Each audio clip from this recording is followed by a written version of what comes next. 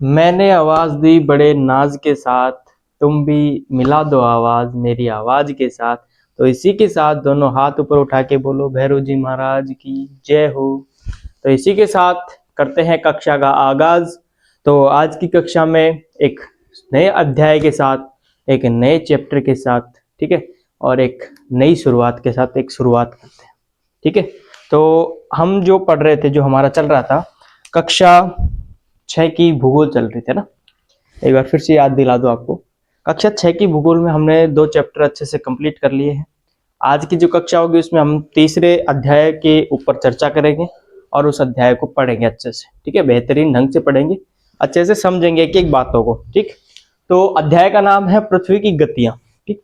कितनी पृथ्वी की गतियां होती है, किस प्रकार से कार्य करती है, अगर वो गतियां ना हो, अगर पृथ्वी गति करना बंद कर दे तो क्या प्रभाव पड़ेगा हमारे ऊपर और इस सौरमंडल के ऊपर और इस पृथ्वी के सभी जीवों के ऊपर क्या प्रभाव पड़ने वाला है, वो सभी बातें अपन करेंगे, ठीक है। तो करते हैं शुरू आज की कक्षा का आगाज, ठीक। तो मैं पहले चैप्टर का नाम लिखता हूं, पृथ्वी की गतियां, ठीक। पृथ्वी की गतियां, गतियां,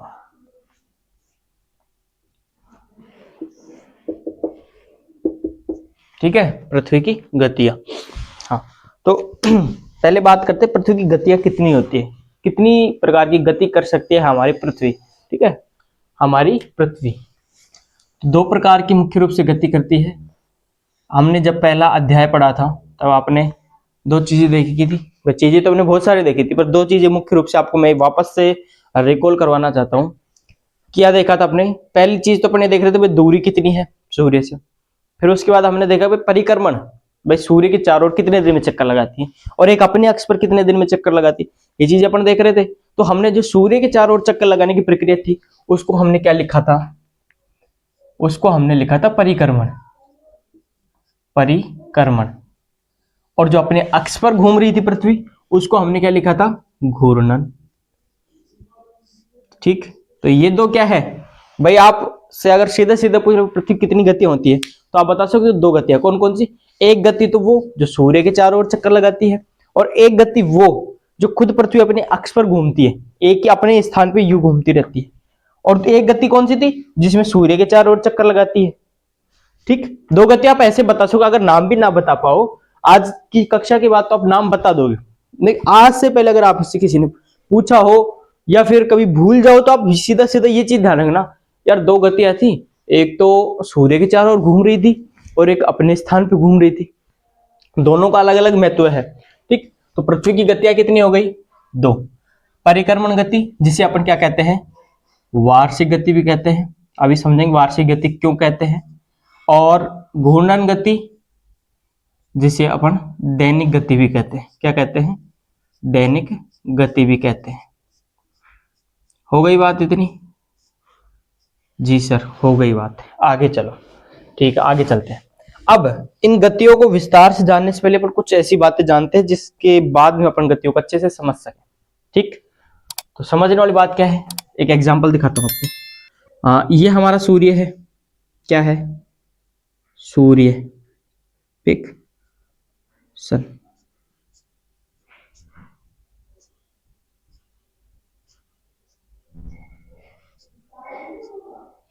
ये हमारा सूर्य और यहाँ पे है हमारी पृथ्वी। अभी अपन किसी अन्य ग्रह की बात नहीं करेंगे, अपन पृथ्वी की बात करेंगे, ठीक। ये हमारी पृथ्वी।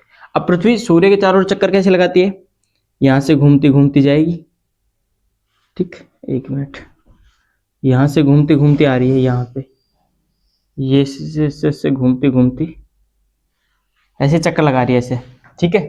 ये थोड़ा टेढ़ा हो गया पर इसको ध्यान मत देना, यूं चक्कर लगाती है अपनी पृथ्वी, ठीक। अब पृथ्वी चक्कर लगा रही है तो जो ये दिख रहा है जिस पथ में सूर्य के चारों ओर परिक्रमा करती है पृथ्वी, उसे अपन क्या कहते हैं? कक्ष कहते हैं। क्या कहते हैं?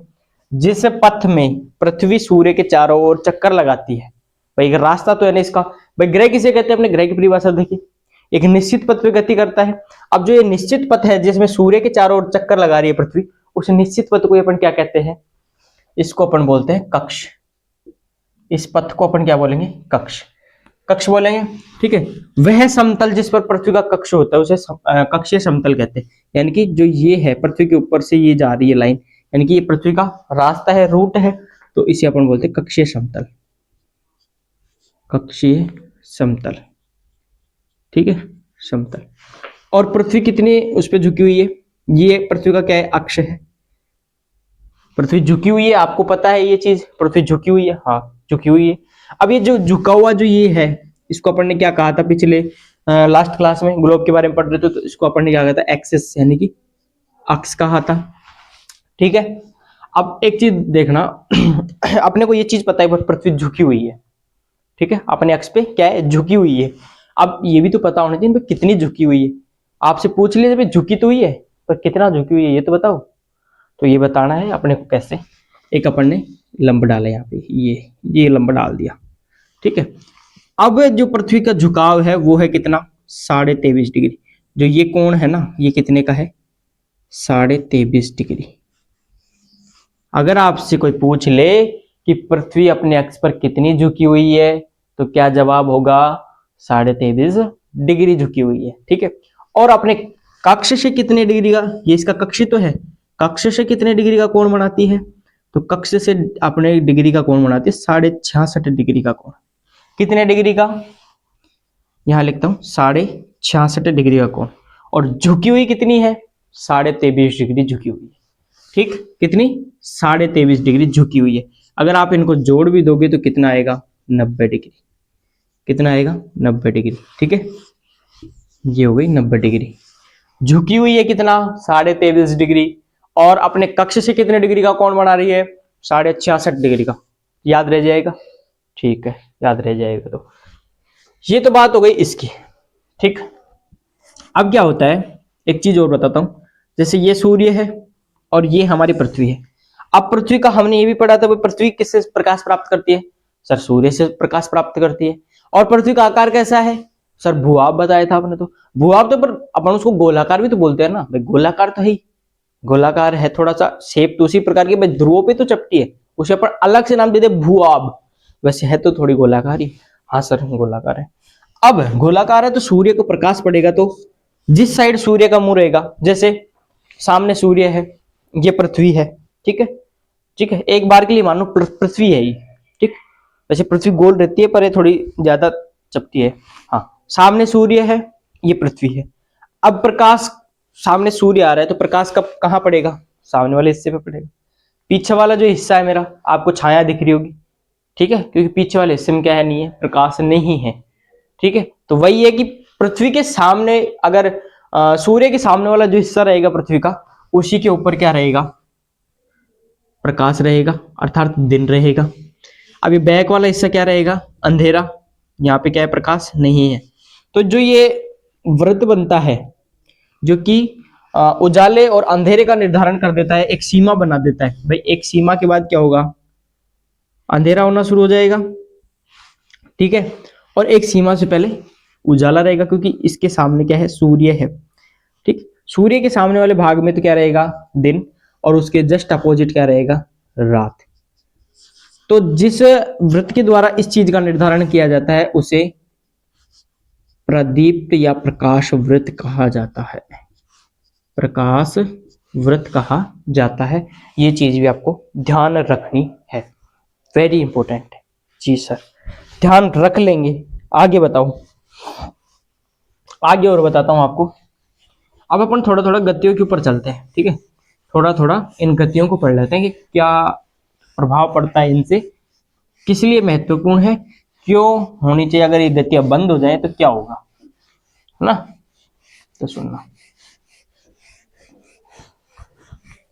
अगर पहली चीज, पहली गति को लेकर चलते हैं, घूर्णन गति को, ठीक है। घूर्णन गति, पहले अपनी घर की बात करते फिर बाहर की बात करेंगे ना। घूर्णन गति, अगर घूर्णन गति महत्वपूर्ण क्यों है, पहली चीज तो ये महत्वपूर्ण, एक तो इसलिए है, पहला कारण लिख रहे हैं महत्वपूर्ण में, कि इससे समय का मापन सुविधाजनक होता है, ठीक है। समय के मापन में अपने को क्या करती है, सुविधा प्रदान करती है, सुविधा प्रदान करती है। ठीक है भाई, अपन समय का मापन किसके द्वारा करते हैं? सूर्य के द्वारा करते हैं सर जी, करते हैं। मगर पृथ्वी रुक जाएगी तो पीछे की साइड का जो हिस्सा है उसमें समय का मापन कैसे होगा? तो समय के मापन में भी अपने को सुविधा प्रदान करती है। जैसे अपन ने बोल दिया कि 24 घंटे में दिन और रात होते हैं, बोल दिया ना। अब पृथ्वी अपने अक्ष पर रुकी गई, घूमना ही बंद कर दिया, अब करो 24 घंटे, कैसे करोगे? नहीं कर सकते, क्यों? तो एक जगह रुकी हुई है, अब घुमाओ भाई। जब तक घूमेगी नहीं तब तक दिन रात नहीं बनेगी, और दिन रात नहीं बनेगी तो समय का निर्धारण नहीं हो पाएगा। पहली चीज किसमें महत्वपूर्ण है? समय के मापन में सुविधा प्रदान करती है अपने को। दूसरी चीज क्या है? ये अपने को भौतिक व जैविक प्रक्रियाओं में भी प्रभावित करेगा। भौतिक व जैविक प्रक्रियाओं में भी प्रभावित करेगा,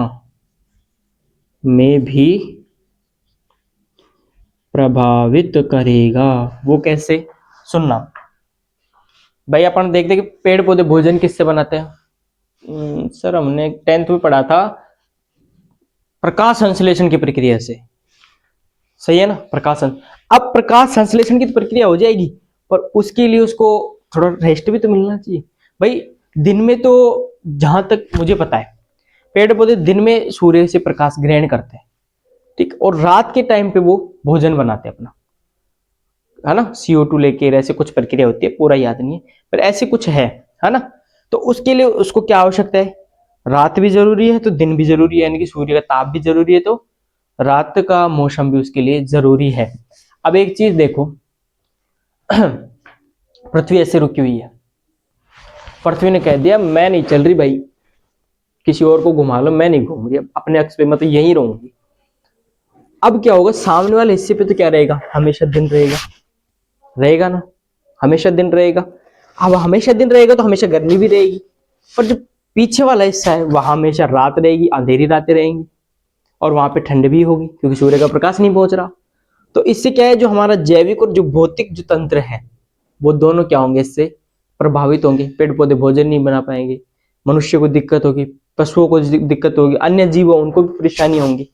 ठीक है, तो ये चीज है, ये इसके दो महत्वपूर्ण कारण हो गई। पृथ्वी अपने अक्ष पर अगर घूमना बंद कर दे तो अपने को ये समस्या होंगी। समय का मापन कैसे करेंगे? भौतिक जैविक जो प्रक्रिया है वो प्रभावित होंगी। भोजन कहाँ से लाएंगे? सर अमेजोन से डिलीवरी ऑर्डर कर देंगे, फ्लिपकार्ट से मंगवा लेंगे, जोमेटो से मंगवा लेंगे, तो उससे कोई मतलब नहीं है। बन कहाँ से रहा है? ये चीज तो देखो, ये तो प्रकृति से बन रहा है, ये चीज तो है भाई, प्रकृति से बन रहा है। अपने को जो भी चीजें मिलती है प्रकृति से मिलती है, तो प्रकृति ने काम करना बंद कर दिया तो फिर काहे अमेजोन, फ्लिपकार्ट, डोमिनोज से पिज्जा मंगवा लेंगे? नहीं मंगवा सकते भाई, नहीं मंगवा सकते, है ना। तो ये चीजें प्रभावित होंगी। ये तो बात कर लिए। एक प्रकार से अपन ये कह सकते हैं कि हाँ, जो हमारा जो सिस्टम है ना वो बिल्कुल पूरी तरह खराब हो जाएगा, धीरे धीरे खराब हो जाएगा ना। जैसे उत्तरी और दक्षिणी गोलार्ध है, नदर्न हेमिस्फीयर और सदर्न हेमिस्फीयर, ठीक है। तो उस पे क्या है, 6 महीने दिन 6 महीने रात होती है। ऐसा तो होता है 6 महीने में एक बार दिन पहुंच रहा है, एक बार रात। तो ये है, वहां पे जीवन कहाँ है? नहीं है जीवन, नहीं है ना। तो वही स्थिति अपनी हो जाएगी, फिर यहाँ भी जीवन नहीं रहेगा। तो ऐसे है, तो ये बात हो गई इसकी। अब अगर परिक्रमण गति के ऊपर चर्चा करें, अगर पृथ्वी सूर्य के चारों ओर घूमना भी बंद कर दे भाई, घूर्णन गति अगर बंद कर देती है तो करवा चौथ के व्रत बंद हो जाएंगे, क्योंकि पृथ्वी घूम ही नहीं रही। देखो चांद कहां देख रहे हो, मैं नहीं घूम रही, करो करवा चौथ, कैसे करोगे, है ना। तो ये बात है। अब पृथ्वी ने सूर्य के चारों ओर घूमना भी बंद कर दिया, इमेजिन करो, है ना। पृथ्वी ने सूर्य के चारों ओर घूमना भी बंद कर दिया। अगर आप सूर्य के पास अगर पृथ्वी रुकी हुई है तो सामने वाले हिस्से में गर्मी रहेगी, ना तो आप सर्दी देख सकते, ना बसंत ऋतु देख सकते, ना कोई और मौसम देख सकते, नहीं देख सकते, क्योंकि पृथ्वी रुकी हुई है अपने स्थान पे एक जगह।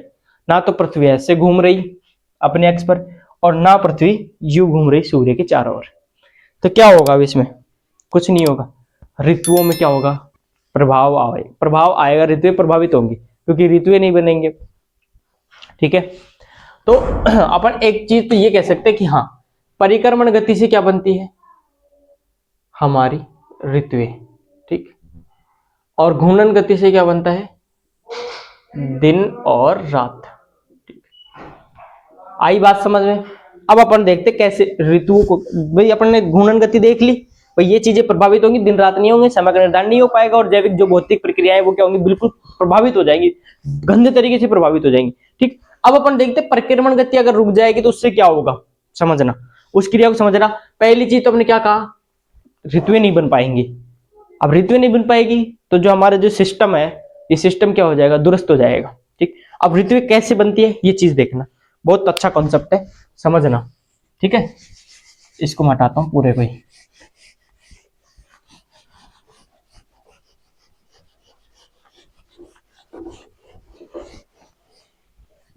अगर आपके पास कक्षा 6 की अगर पुस्तक है, अगर उसमें आप देखोगे परिक्रमण गतियों से ऋतुओं का निर्धारण, तो उसमें एक डायग्राम सा दे रखा है, उसमें बहुत सारी पृथ्वी दिखाई गई है, तो उसमें क्या कंफ्यूजन हो जाती है, यार कैसे आ रही कैसे आ रही है। तो अपन एक ही पृथ्वी पे, ठीक है, और एक ही सूर्य को लेके अपन पूरा सिस्टम समझते हैं, समझना ध्यान से, एकाग्रचित होके। ठीक, हम तो एकाग्रचित ही हैं। ये मैंने बनाया सूर्य, क्या बनाया, सन। ठीक, ये बना लिया। ठीक, नेक्स्ट हमने बना दी अपनी अर्थ यानी कि पृथ्वी। ठीक है, ये बना दी पृथ्वी। ठीक, पृथ्वी पे यहाँ पे गलत लिख दिया मैंने, समझ जाना ये पृथ्वी है क्योंकि अपन पृथ्वी की बात कर रहे हैं। ठीक है, मैं इसमें रेखा ही बनाता हूँ।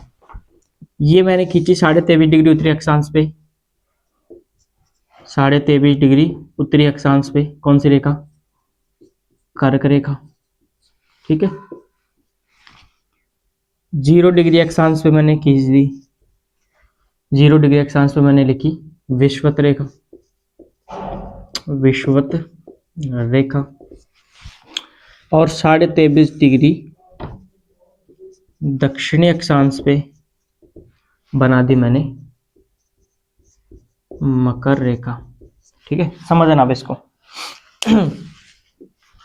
सूर्य की किरण है, अब अपने को ये भी पता है पृथ्वी अपने अक्ष पर झुकी हुई है ना, और घूम रही है। सूर्य की किरण है, एक डेट लिखता हूं याद रखना, 21 मार्च। क्या है डेट, 21 मार्च को सूर्य की किरणें विषुवत रेखा पे क्या पड़ती है, सीधी। क्या पड़ती है, सीधी पड़ती है। 21 मार्च को सूर्य की किरणें विषुवत रेखा पे एकदम सीधी पड़ती है। तो 21 मार्च को क्या होता है, 21 मार्च को यहां भी लिखता हूं मैं, 21 मार्च को, 21 मार्च को क्या होगा, पृथ्वी पर सबसे लंबा दिन और लंबी रात, लंबा दिन और सबसे लंबा दिन, लंबा दिन और लंबी रात होगी। ये ध्यान रखना, 21 मार्च को सूर्य की किरणें विषुवत रेखा पे सीधी पड़ती है, लंबवत पड़ती है, जिस कारण से पृथ्वी पर उस दिन सबसे लंबा दिन है, सबसे बड़ा दिन और सबसे बड़ी रात होती है। ठीक है, ये चीज हो गई 21 मार्च की। इस दिन को क्या कहते हैं, उत्तरी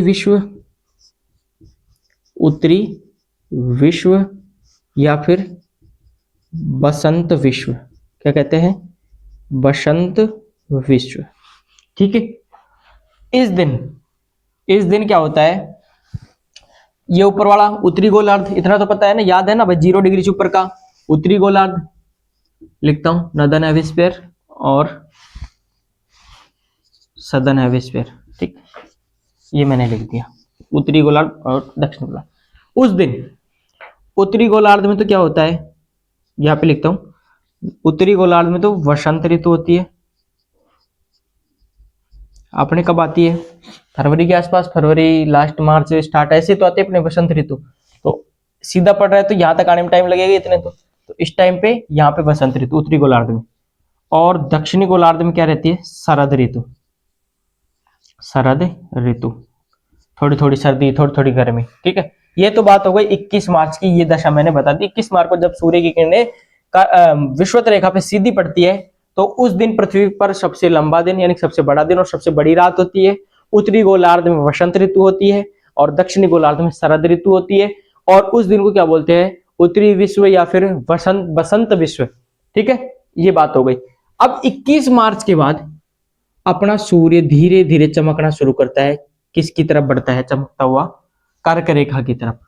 और भाई साहब 21 जून को फिक्स 3 महीने बाद, लगा के देख लो, मार्च, ठीक है, अप्रैल मई जून, मार्च की बात हो रही है, अप्रैल मई जून, फिक्स 3 महीने बाद 21 जून को कर्क रेखा पर सूर्य की किरणें सीधी पड़ती है।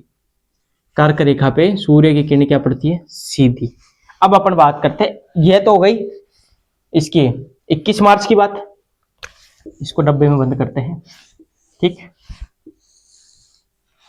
अब बात करते हैं अपन 21 जून की। 21 जून की बात मैं कहां पे करूं? चलो यहां पे करता हूं 21 जून की बात। 21 जून की बात,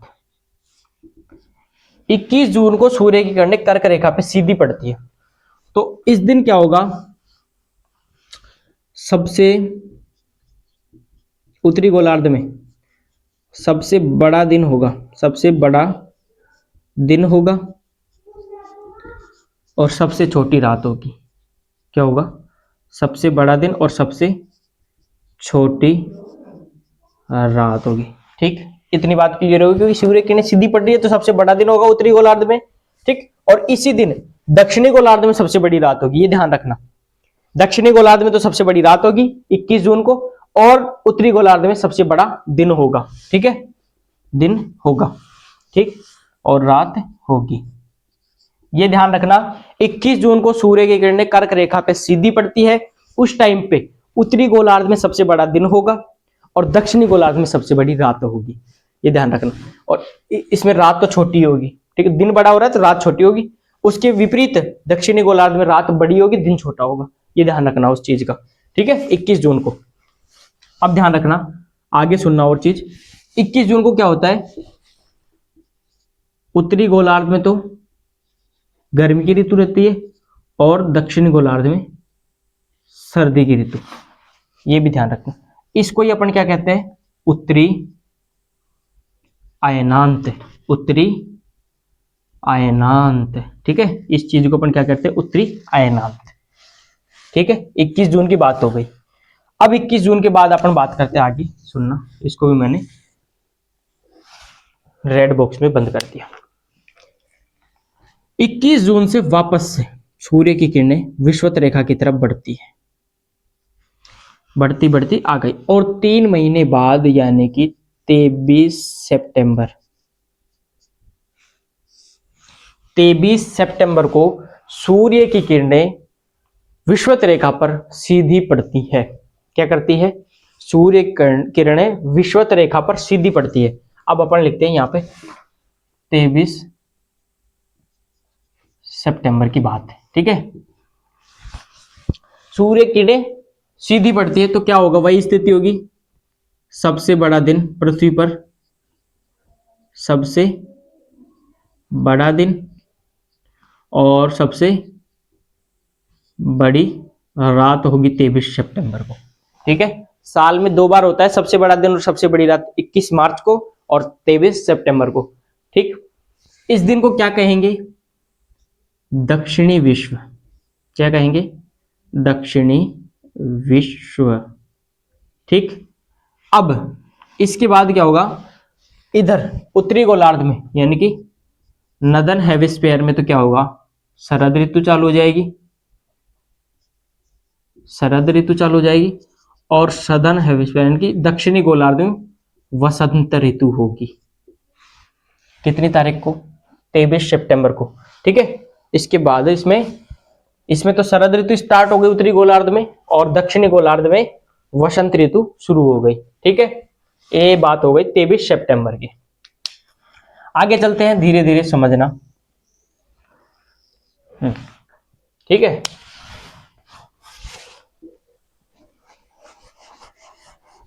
अपन एक बार विषुवत रेखा से कर्क रेखा पे चले गए, कर्क रेखा से वापस विषुवत रेखा पे आ गए। ठीक है, अब उसके बाद 23 सितंबर के बाद सूर्य की किरणें धीरे धीरे बढ़ती है किसकी तरफ? मकर रेखा की तरफ। और भाई साहब 22 दिसंबर को सूर्य की किरणें मकर रेखा पे क्या पड़ती है? सीधी पड़ती है। क्या पड़ती है, मकर रेखा पे सीधी पड़ती है। यहां पे मैं लिखता हूं 22 दिसंबर के बारे में, ठीक है। सूर्य की किरणें क्या पड़ती है, सीधी पड़ती है, ठीक। अब सीधी पड़ रही है तो यहां पे क्या होगा, सबसे बड़ा दिन, सबसे बड़ा दिन, ठीक है, सबसे बड़ा दिन होगा और सबसे छोटी रात, ठीक है। अब यहां सबसे बड़ा दिन है दक्षिणी गोलार्ध में, तो उत्तरी गोलार्ध में क्या होगा, सबसे बड़ी रात होगी। यहां सबसे बड़ा दिन है तो वहां सबसे बड़ी रात होगी, ये चीज भी ध्यान रखना, ठीक है।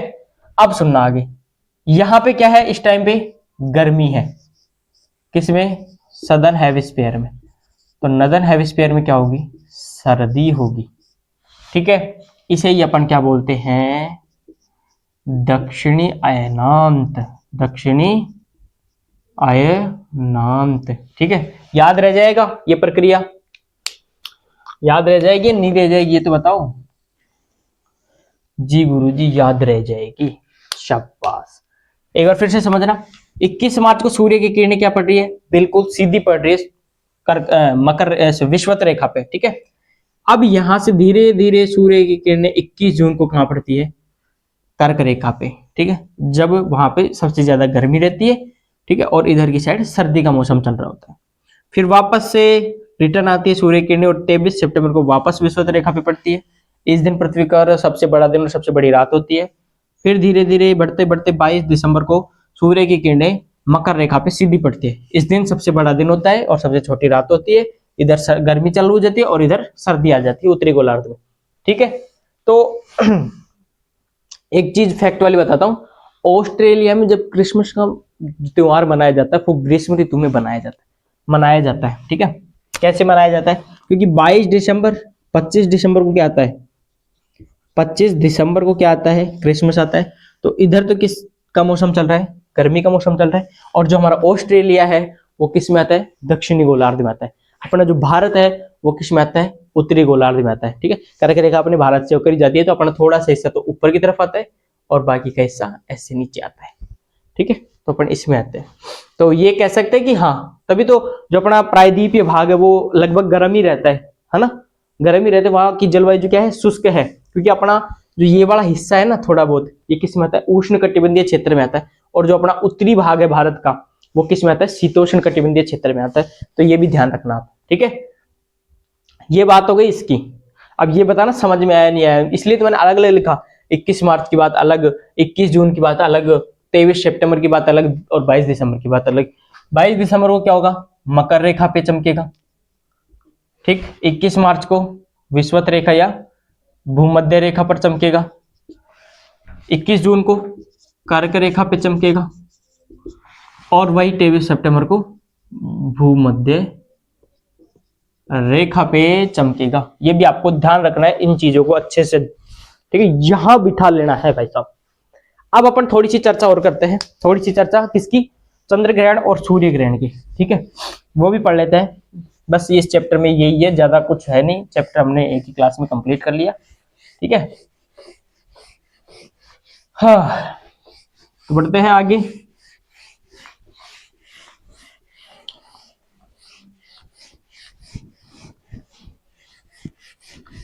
तुझको नाम देखा तो मेरा है। हाँ, अब समझना किस किस को समझ रहे हैं अपन, चंद्र ग्रहण और एक सूर्य ग्रहण, इन दो को समझ रहे हैं अपन। किस किस को, चंद्र ग्रहण और सूर्य ग्रहण को। हाँ, तो ये हमारा सूर्य है जो कि कहीं नहीं जाता, एक जगह रहता है, ठीक है। ये हमारी पृथ्वी है। अब ये सभी क्या कर रहे हैं, परिक्रमा करते हैं, सूर्य की भी करते हैं, अपने अक्ष पे भी करते हैं। चंद्रमा भी क्या करते हैं, पृथ्वी की चारों ओर घूमते हैं और अपने अक्ष पे भी घूमता है। तो एक घूमते घूमते एक स्थिति यह आती है कि सूर्य और पृथ्वी के बीच में चंद्रमा आ जाता है। एक स्थिति क्या आती है, सूर्य और पृथ्वी के बीच में क्या आ जाता है, चंद्रमा आ जाता है। अब पृथ्वी और सूर्य के बीच में चंद्रमा आ गया तो सूर्य की जो किरणें हैं चंद्रमा के आगे आने से क्या हो जाती है, अवरुद्ध हो जाती है, यानी कि रुक जाती है, जिस कारण से वे पृथ्वी पर नहीं आ पाती है, क्या हो जाता है, नहीं आ पाती है। उस स्थिति को अपन क्या कहते हैं, सूर्य ग्रहण। क्या कहते हैं अपन उस स्थिति को, सूर्य ग्रहण। ठीक है। सूर्य और पृथ्वी के बीच में चंद्रमा के आ जाने से सूर्य से आने वाली किरणें चंद्रमा के प्रभाव से अवरुद्ध हो जाती है और पृथ्वी पर नहीं पहुंच पाती है। तो इस प्रक्रिया को अपन क्या कहते हैं, सूर्य ग्रहण कहते हैं। ठीक है। अब सूर्य ग्रहण समझ में आया भाई, सूर्य से जो प्रकाश आ रहा, जो किरणें आ रही थी, चंद्रमा उसके आगे यूं आके खड़ा हो गया। अब पृथ्वी पे क्या है, जहां जहां चंद्रमा है, जैसे मैं ऐसे खड़ा हूं, अब जहां जहां मेरा शरीर है, ठीक है, जहां जहां मेरा शरीर है उसके सामने वाला भाग क्या हो गया, अंधेरे में आ गया। ठीक है, क्योंकि पीछे से जो मेरा ऊपर प्रकाश आ रहा है उसको मैंने क्या कर लिया, उसके आगे खड़ा होकर उसको मैंने अवरुद्ध कर दिया, यानी कि रोक दिया। अब मेरे जो सामने वाला हिस्सा है उस पर क्या होगी, छाया हो जाएगी। ठीक है, तो वही छाया इस पे पड़ती है। ठीक है, चंद्रमा की छाया पृथ्वी पड़ती है और सूर्य का जो प्रकाश है वो अवरुद्ध हो जाता है। अब कहीं पे पृथ्वी पे, अब चंद्रमा इतना बड़ा नहीं है कि पूरे सूर्य के आगे खड़ा होगा भाई, जिसका आकार है उसका उतना है। तो वही स्थिति है कि कहीं पे सूर्य ग्रहण पूर्ण रूप से दिखता है, पूरा दिखता है, और कहीं पे आधा भी दिखता है, कम भी दिखता है। ठीक है, आ गई बात समझ में। सूर्य और पृथ्वी के बीच में चंद्रमा के आ जाने से सूर्य की किरणें अवरुद्ध हो जाती है और पृथ्वी पर नहीं पहुंच पाते। उस स्थिति को या उस प्रक्रिया को अपन क्या कहते हैं, सूर्य ग्रहण कहते हैं। ठीक है, ठीक है सर, क्लियर। आगे सुनना। अब ये स्थिति हो गई खत्म, सूर्य वही है अपने स्थान पे, ठीक, पृथ्वी घूम रही है। अब एक स्थिति के बाद घूमते घूमते क्या हुआ, चंद्रमा यहां से निकल के पीछे की साइड आ गया, इधर पीछे की साइड आ गया। ठीक, ये हमारा सूर्य है। अब एक बार स्थिति ये बन गई, यानी कि सूर्य और चंद्रमा के बीच क्या आ गई, पृथ्वी आ गई। ठीक है, अब पृथ्वी आ गई तो जो सूर्य का प्रकाश है पृथ्वी के प्रभाव से अवरुद्ध हो गया, यानी कि रुक गया, सारा प्रकाश पृथ्वी पे रह गया और चंद्रमा पे नहीं पहुंच पाया इसका प्रकाश। अब नहीं पहुंच पाएगा तो पृथ्वी की छाया किस पे पड़ेगी, चंद्रमा पे पड़ेगी। ठीक है, और चंद्रमा पे जो पृथ्वी की छाया पड़ती है उसे अपन क्या कहते हैं, चंद्र ग्रहण। क्या बोलते हैं, चंद्र ग्रहण। तो इसकी परिभाषा क्या बन जाएगी, सूर्य और चंद्रमा के बीच पृथ्वी के आ जाने से सूर्य का प्रकाश पृथ्वी के प्रभाव से अवरुद्ध हो जाता है, जिस कारण से चंद्रमा पर सूर्य की किरणें नहीं पहुंच पाती है, उसे ही अपन क्या कहते हैं, चंद्र ग्रहण कहते हैं। आ गई बात समझ में, सूर्य ग्रहण और चंद्र ग्रहण वाली कहानी। ठीक है, आगे से कोई पूछ ले तो क्या होगा बता देना। ठीक है भाई, जब सूर्य और पृथ्वी के बीच चंद्रमा आएगा तो क्या होगा, सूर्य ग्रहण होगा, और जब सूर्य और चंद्रमा के बीच पृथ्वी आ जाएगी तब होगा चंद्र ग्रहण, चंद्र ग्रहण। ठीक है सर, पृथ्वी का ग्रहण क्यों नहीं लगता, पृथ्वी ग्रहण क्यों नहीं होता, आपने चंद्र ग्रहण बता दिया, सूर्य ग्रहण बता दिया, पृथ्वी ग्रहण क्यों नहीं होता, प्रश्न उठना चाहिए तो उठ रहा है हमारा, आप बताओ। क्योंकि पृथ्वी के पास अपना प्रकाश ही नहीं किसके पास भेजेगी भाई, प्रकाश तो सूर्य का ही आएगा, ग्रहण तो उसे लगेगा भाई। जो चीज, जैसे मेरा ये हाथ है और ये हाथ है, मैं इस हाथ से लिखता हूं, ठीक है, राइट हैंड से लिखता हूं। अगर मेरा ये हाथ टूट जाएगा तो मुझे लिखने में दिक्कत होगी ना, अगर ये हाथ टूट जाएगा तो मेरे को क्या दिक्कत होगी, क्योंकि मैं इससे लिखता ही नहीं हूँ। लिखने की बात है और काम को छोड़ दोगे, लिखने की बात हो रही, मैं इससे लिखता ही नहीं, तो ये टूटे कटे इससे मेरे क्या है, अगर ये टूटता करता है तो फिर मेरे को दिक्कत आ रही है लिखने में। तो वही चीज ये प्रकाश ये दे रहा है, तो कहीं भी जाए मरेंगे दोनों, यानी कि चंद्रमा और सूर्य, क्योंकि प्रकाश इन्हीं से आ रहा है, पृथ्वी से कौन सा प्रकाश आता है, पृथ्वी थोड़ी ना कौन सा प्रकाश उत्सर्जित करती है। तो ये है चंद्र ग्रहण और सूर्य ग्रहण, इसलिए पृथ्वी ग्रहण नहीं होता है।